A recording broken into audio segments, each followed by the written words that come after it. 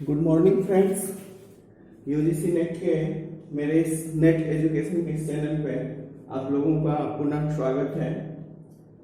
आज अनुसंधान के लक्षण, विशेषताएं और अनुसंधान के प्रत्यक्षवाद और उत्तर दृष्टिकोण से संबंधित कुछ बातों को आप लोगों के सामने रखना चाहता हूं। इससे पूर्व के क्लास में हमने अनुसंधान के प्रकार के बारे में बतलाया था। मूल रूप से हमने अनुसंधान के सिर्फ दो प्रकार बतलाया था, जो एक व्यवहारात्मक अनुसंधान और एक बौद्धिक अर्थात इंटेलेक्चुअल रिसर्च और प्रैक्टिकल रिसर्च। ये दो रिसर्च हमने बतलाया था। मूल रूप से रिसर्च की जब बात हम करते हैं तो यह मुख्य रूप से दो ही होता है, परंतु उसके और भी कई रूप होते हैं अलग अलग दृष्टिकोण से। एग्जाम्पल के लिए कल के क्लास के अकॉर्डिंग हम बोल रहे हैं कि कल हम जैसे कि बोले थे कि पदार्थ की मात्रा, पदार्थ के आधार पे, मात्रा के आधार पे, संख्या के आधार पे, जो देखिए आप लोग वीडियो को जाके या डिस्क्रिप्शन में नोट्स को जाके, तो व्यवहारिक अनुसंधान में, प्रैक्टिकल रिसर्च में हमने बतलाया था कि यह मात्रात्मक होता है, संख्यात्मक होता है। तो ये जो मात्रात्मक है ये कहीं न कहीं किसी न किसी पदार्थ की क्वांटिटी की बात करती है। अगर हम गुणात्मक बोलते हैं तो किसी न किसी पदार्थ की गुणवत्ता की बात करती है। अगर हम इसे सर्वे के आधार पे कहते हैं, सर्वेक्षण के आधार पे, तो यह कहीं न कहीं सर्वेक्षण की बात करती है। तो जिन शब्दों का प्रयोग होता है रिसर्च में, वह शब्द भी, वह तथ्य भी, वह एविडेंस भी एक प्रकार का सर्वेक्षण होता है। अर्थात सर्वेक्षण के बहुत सारे प्रकार हैं, परंतु मूल रूप से सर्वेक्षण के दो ही प्रकार हैं। उन्हीं बातों को हम बतलाने के लिए यहाँ थोड़ा सा लिखे हैं हम। जैसे कि इसको आप प्रकार में ही ले लीजिए कि ये अनुसंधान के प्रकार, टाइप्स ऑफ रिसर्च की जब हम बात करते हैं, जो किए थे हमने पिछले क्लास में, तो थोड़ा सा उसमें हम बतलाना छोड़ दिए थे, क्योंकि दो मेन बेसिकली रिसर्च को हम बतला दिए थे और बातें हम उससे जुड़ी हुई बातों को शायद नहीं बोल पाए थे। तो ये अनुसंधान के जो प्रकार हैं, यह आपको, अगर आपके पास दो अनुसंधान है और दोनों अनुसंधान के बीच में आप तुलनात्मक दृष्टिकोण से पुनः रिसर्च कर रहे हैं, तो वह अनुसंधान आपका तुलनात्मक अर्थात कॉम्परेटिव रिसर्च कहलाएगा। क्योंकि आपके पास दो रिसर्च ऑलरेडी हैं और उन रिसर्चों के बेस पे एक नया रिसर्च आप कर रहे हैं और दोनों में जो अंतर है, डिफरेंट है, उसको ढूंढने की कोशिश कर रहे हैं। तो इसलिए ऐसे रिसर्च को कॉम्परेटिव रिसर्च अर्थात तुलनात्मक अनुसंधान कह सकते हैं। दूसरा बिंदु देखिए कि अगर आपके पास कुछ बेसिक या फंडामेंटल चीज है जो साधारणतः शब्द में या बेसिक रूप से, आधारिक रूप से उसमें पाई जाती है, तो वह उस पे अगर आप उन साक्ष्यों के द्वारा आप रिसर्च कर रहे हैं तो आपका बेसिक या फंडामेंटल रिसर्च कहलाएगा। वो क्या कहलाएगा? बेसिक या फंडामेंटल रिसर्च कहलाएगा। अगर आप किसी विशेष प्रकार के क्षेत्र में जाके, कल हम क्षेत्र की चर्चा किए थे, क्षेत्र में जाके सर्वेक्षण करते हैं, वहां जाके सर्वे करते हैं और तब आप रिसर्च करते हैं, तो वह सर्वे रिसर्च या सर्वेक्षण अनुसंधान के नाम से जाना जाएगा। अगर आप रिसर्च का एक डिसीजन निकालते हैं या बहुत सारे ऑब्जेक्टिव्स को खोजकर उस पर रिसर्च करते हैं, तो वह आपका वस्तुनिष्ठ अनुसंधान या ऑब्जेक्टिव्स रिसर्च कहलाएगा। अगर उसी रिसर्च में आप बहुत बड़ा डिस्क्रिप्टिव टाइप का एक नोट्स तैयार किए हैं, लिखे हैं, रिसर्च के बेस पे आप एक बहुत बड़ा डिस्क्रिप्टिव टाइप का रिसर्च नोट्स तैयार किए हैं, तो वह आपका व्याख्यात्मक अनुसंधान हो जाएगा या डिस्क्रिप्टिव रिसर्च हो जाएगा। अगर आपने किसी रिसर्च में आप value of the person, value of the human, value of the things, value of the earth, या किसी भी चीज की मूल्य की बात की है, अर्थात मूल्य आधारित जब अनुसंधान किया है आपने, किसी मूल्य के बेस पे आप रिसर्च किया है आपने, वो आपका मूल्यात्मक अनुसंधान अर्थात इवोल्यूशन रिसर्च कहलाएगा। फिर अगर आप किसी पदार्थ की या किसी की गुण के आधार पर कोई रिसर्च किया है, गुणात्मक चीजों का रिसर्च में उपयोग किया है, तो वो आपका क्वालिटीज रिसर्च कहलाएगा, जो आपको गुणात्मक अनुसंधान के नाम से जाना जाता है। अगर आप किसी रिसर्च में किसी पदार्थ की संख्या, मात्रा को लेते हैं, कल हमने व्यवहारिक अनुसंधान में आप डिस्क्रिप्शन बॉक्स में नोट्स दिया हुआ है, उस नोट्स को जाके देखिएगा, अनुसंधान के प्रकार के नोट्स में, तो वहाँ लिखा हुआ है संख्यात्मक, गुणात्मक, क्षेत्रात्मक, मात्रात्मक। तो वो जो क्षेत्र, गुण और संख्या की बात आ रही है, उसी पे आधारित यह रिसर्च हो जाएगा। तो यह मात्रात्मक, जब हम मात्रा अनुसंधान में मात्रा और संख्या का उपयोग करते हैं, तो वो कहीं न कहीं मात्रा को बतला रहा होता है किसी रिसर्च का, तो वो आपका क्वांटिटेटिव रिसर्च अर्थात मात्रात्मक अनुसंधान कहलाएगा। इस तरह से यह अनुसंधान के बहुत सारे पार्ट, यह अनुसंधान के बहुत सारे पार्ट है, परंतु आप मुख्य रूप से समझिए कि अनुसंधान दो ही प्रकार का होता है। एक या तो प्रैक्टिकल रिसर्च होता है और एक इंटेलेक्चुअल रिसर्च होता है। एक बुद्धि पर आधारित होता है, एक प्रैक्टिकल पर आधारित होता है। और इसी संदर्भ में जिन जिन चीजों का हम उपयोग करते हैं, बतलाएं अभी आपको, अगर हम मात्रा या संख्या का उपयोग किए तो क्वांटिटेटिव रिसर्च हो जाएगा। अगर हम गुणवत्ता का रिसर्च किए तो क्वालिटी रिसर्च हो जाएगा। अगर हम मूल्यांकन का रिसर्च किए तो ये मूल्यात्मक अनुसंधान या इवोल्यूशन रिसर्च हो जाएगा। अगर हम डिस्क्रिप्टिव नोट्स तैयार किए रिसर्च के बाद तो यह डिस्क्रिप्टिव रिसर्च अर्थात व्याख्यात्मक रिसर्च हो जाएगा। अगर आप ऑब्जेक्टिव नोट्स तैयार किए या ऑब्जेक्टिव बिंदुओं को देखकर रिसर्च किए तो ऑब्जेक्टिव रिसर्च हो जाएगा। अगर आप सर्वेक्षण करके किसी विशेष क्षेत्र में जाकर आप सर्वेक्षण करके रिसर्च नोट्स तैयार किए हैं, रिसर्च किए हैं, तो सर्वे रिसर्च हो जाएगा। अगर आप बेसिक चीजों को लेकर रिसर्च किए हैं तो बेसिक या फंडामेंटल रिसर्च हो जाएगा।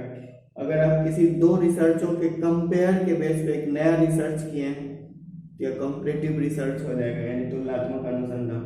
इस तरह से जिन चीजों का आप उपयोग रिसर्च में करते हैं उसी के नाम पे एक नया रिसर्च का प्रकार तैयार हो जाता है। तो इन प्रकारों के प्रति आप उतनी दृष्टिकोण मत सोचिए, क्योंकि ये तो आते हैं, जो जिसका डाटा उपयोग करिएगा वही रिसर्च कहलाएगा, परंतु मूल रूप से रिसर्च दो प्रकार के होते हैं।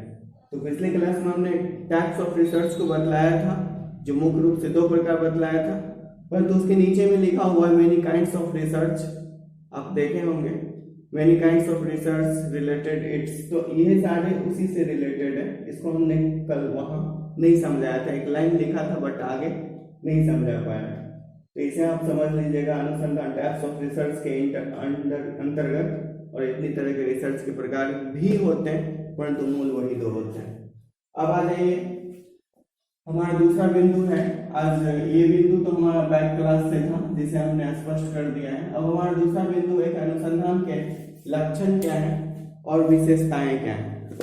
आप जानते हैं कि किसी भी समस्या, कोई भी समस्या हो, चाहे बुखार, सर्दी, खांसी, etc., अगर हमारे पास एक सामान्य रूप से समस्याएं आती है तो उसके कुछ सिम्टम्स यानी कि लक्षण दिखाई देते हैं, और वह अगर किसी दूसरे बुखार से, दूसरे से डिफरेंट है तो उसकी खास ऑब्जेक्टिव्स यानी कि विशेषताएं भी हमें, कैरेक्टर भी हमें दिखाई देती है।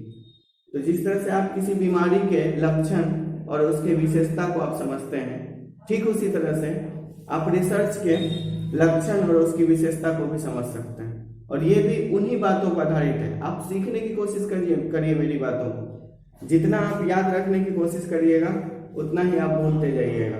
अतः आप सीखने की कोशिश कीजिए कि हम क्यों और किस बेस पे बोल रहे हैं। यह अनुसंधान के जो लक्षण होंगे वो यह होंगे कि अनुसंधान में क्या दिखा।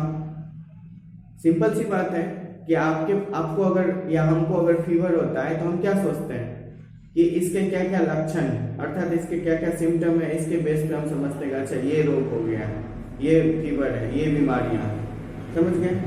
और अगर वही लक्षण या वही चीजें उसकी विशेषता को बतला रहा होता है, उस फीवर की, उस कैटेगरी की, उस समस्या की विशेषता को बतला रहा होता है, तो एग्जैक्ट रूप से देखिए तो आपको अगर लक्षण पता है तो वो उसकी विशेषता भी है, या विशेषता पता है तो वो उसके लक्षण भी। तो हमारे सिलेबस के अकॉर्डिंग हमको अनुसंधान के लक्षण को पढ़ना था, विशेषता को नहीं। परंतु ये विशेषता के रूप में पूछे या लक्षण के रूप में पूछे, आपको यही बातें पढ़नी होगी मूल रूप से।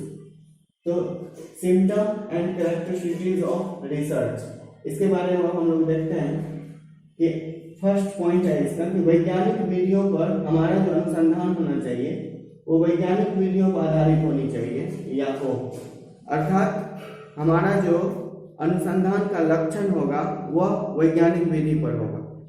यह वैज्ञानिक विधि के बारे में हमने कल भी टाइप्स ऑफ रिसर्च में भी चर्चा किया था कि जब हम किसी भी समस्या का कारण, उसकी प्रक्रिया, उससे लाभ और हानि और उसका निष्कर्ष, इन चारों बिंदु को स्टेप बाय स्टेप लेते हैं तो वैज्ञानिक तरीके से यह माना जाता है।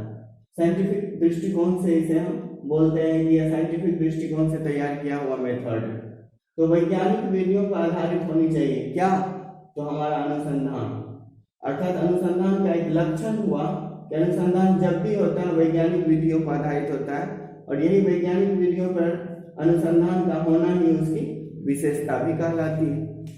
समझ रहे हैं आप? हमारी बातों को समझिए, और लक्षण क्या होता है, विशेषता क्या होता है, इसको बारीकी से समझिए। दूसरा बिंदु है कि परिमाण या गुण का विश्लेषण। अगर किसी अनुसंधान में आपको परिमाण प्राप्त होता है, कोई गुण प्राप्त होता है, अर्थात क्वालिटी या क्वांटिटी, देख रहे हैं ना कहाँ से आ रहा है बिंदु। अभी इसको अगर हम दूसरे व्यू में देखें तो टाइप्स ऑफ रिसर्च है जिसको हम quantitative research and quality research के रूप में समझ सकते हैं। बट यह सिम्टम भी है, लक्षण भी है रिसर्च का, और यह ऑब्जेक्टिव्स भी है, विशेषता भी है रिसर्च का। क्यों? क्योंकि इन्हीं बिंदुओं पे तो ये सारे आधारित हैं।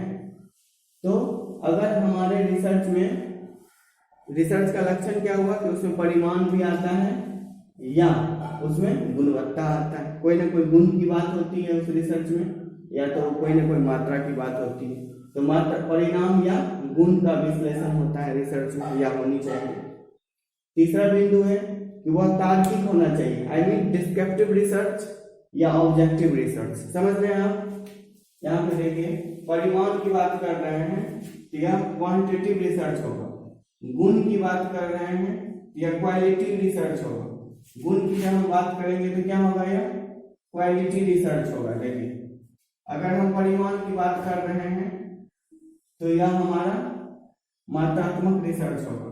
अगर हम तर्क की बात कर रहे हैं तो यह हमारा व्याख्यात्मक रिसर्च होगा।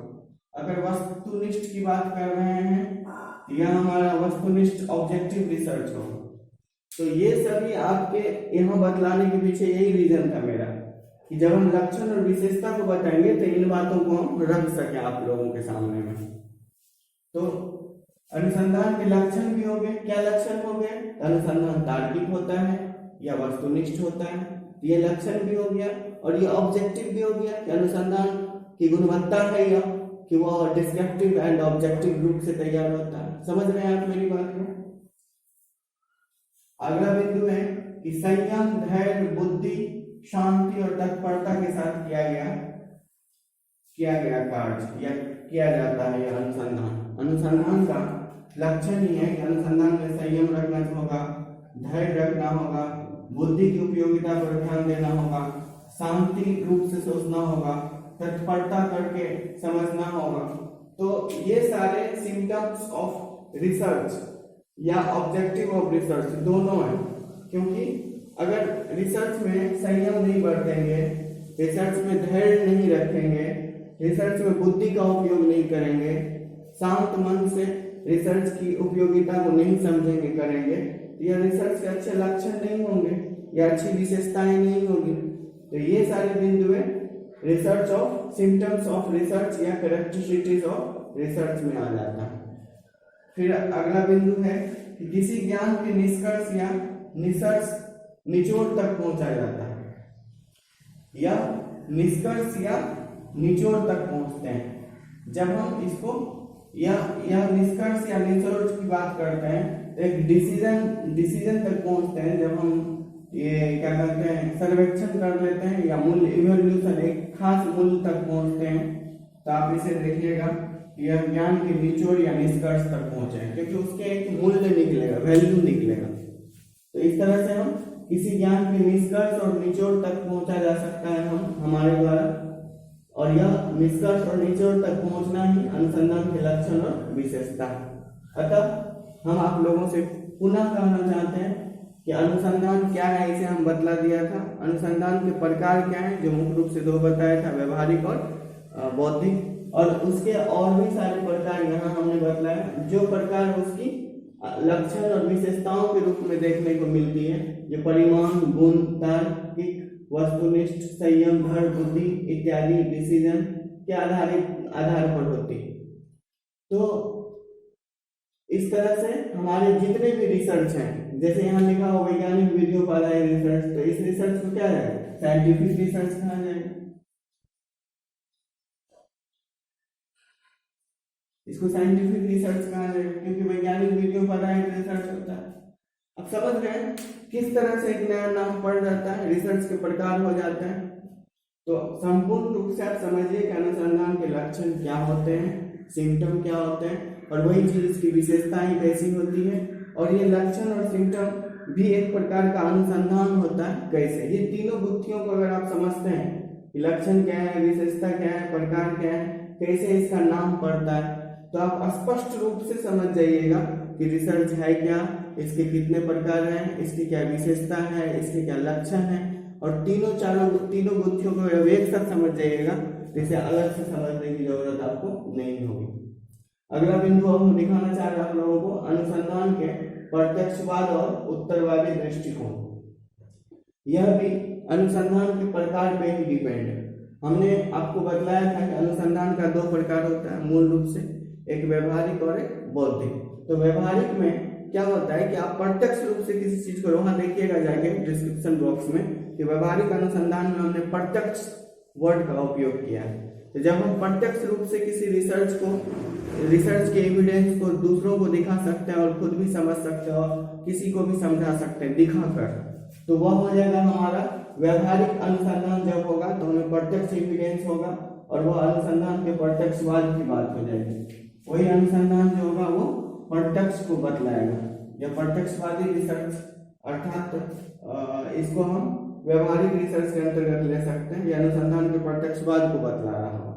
और जब हम रिसर्च में, अनुसंधान में किसी प्रश्न उत्तर के दृष्टिकोण से जाएंगे, यानी कि कॉम्परेटिव रिसर्च की ओर जाएंगे, या सर्वे रिसर्च की ओर जाएंगे, या ऑब्जेक्टिव रिसर्च की ओर जाएंगे, या डिस्क्रिप्टिव रिसर्च की ओर जाएंगे। इस तरह से देखिए, ये तुलनात्मक रिसर्च, सर्वेक्षण रिसर्च, और ऑब्जेक्टिव रिसर्च, और डिस्क्रिप्टिव रिसर्च, और मात्रात्मक, ये गुणात्मक और मात्रात्मक रिसर्च। तो ये सारे रिसर्च जो हैं वो एक रूप से देखिए तो प्रश्न उत्तर पर आधारित, उसकी मात्राएं ये है या नहीं, उसकी गुणवत्ता ये है या नहीं, उसकी मात्रा है या नहीं, गुणवत्ता है या नहीं, व्याख्या है या नहीं, ऑब्जेक्टिव्स है या नहीं, सर्वे है या नहीं, कॉम्परेटिव रिसर्च है या नहीं। तो ये सारी बातों को आप एक रूप से देखिए, या प्रश्न उत्तर की बातों को बतलाता है।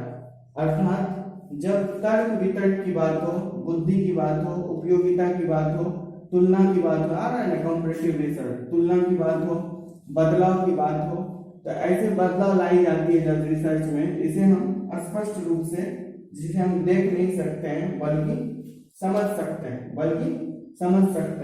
तो इसे समझने की प्रणाली को ही उत्तर दृष्टिकोण कहते हैं।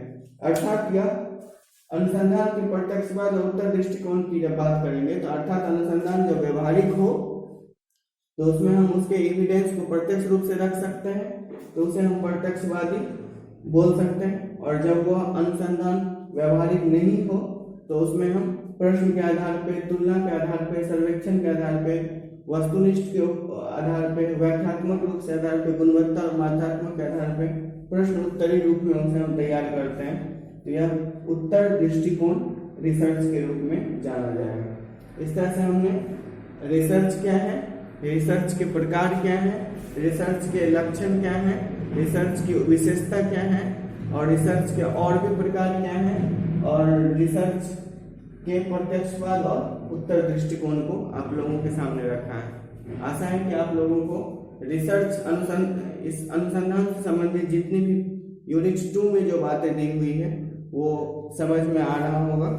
अब इसके बाद हम अनुसंधान के तरीके का वर्णन करने वाले हैं और अनुसंधान के चरण, स्टेप ऑफ रिसर्च और मेथड ऑफ रिसर्च, ये दो बातों को और हम इसका उपयोग बतलाने वाले हैं ताकि रिसर्च का ये यूनिट 2 पेपर 1 आप लोगों को अच्छी तरह से समझ आ जाए। थैंक यू दोस्तों।